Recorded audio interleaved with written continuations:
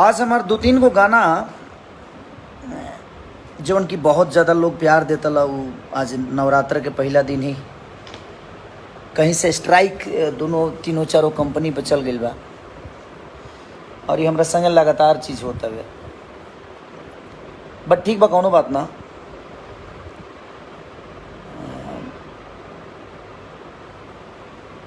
ओकरा कदी का कल जा सकता। अब हम केहू के साथ गलत कैले नहीं कि आज ले। हम पढ़ल लिखल कम हई, इस सभे जानता। हम व्यवहार पर ज़्यादा काम करीले, पेपर पर बहुत कमे काम करी। लेकिन पहली बार पेपर पर आदमी केहू के संगे जुड़ल आ, जब हमरा अंग्रेजी आवेला ना पता हो पेपर में का लिखा रहे, लेकिन जब आदमी एक दूसरे के साथे रहेला, जब प्यार मोहब्बत रहेला तो पेपर ना देख पावेला कि चला जब हम दिल के साफ बनी तो अगलो भी साफे हुई। और हम 1 रुपये ले नहीं खी के उसे आदमी पेपर साइन कर दे हल चल कि ना व्यवहार पर काम हुई, कोनो बात ना। आगे चल के पैसा याद दियात रही, कोनो बात ना।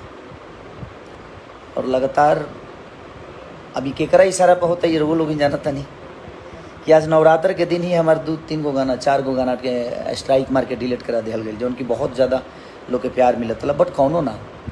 अब हम ये देखल चाहते नहीं कि हमरा के इंसान हरास कर सकेला कि हमर जनता हमके प्यार दे के और बड़ा कर सकेला।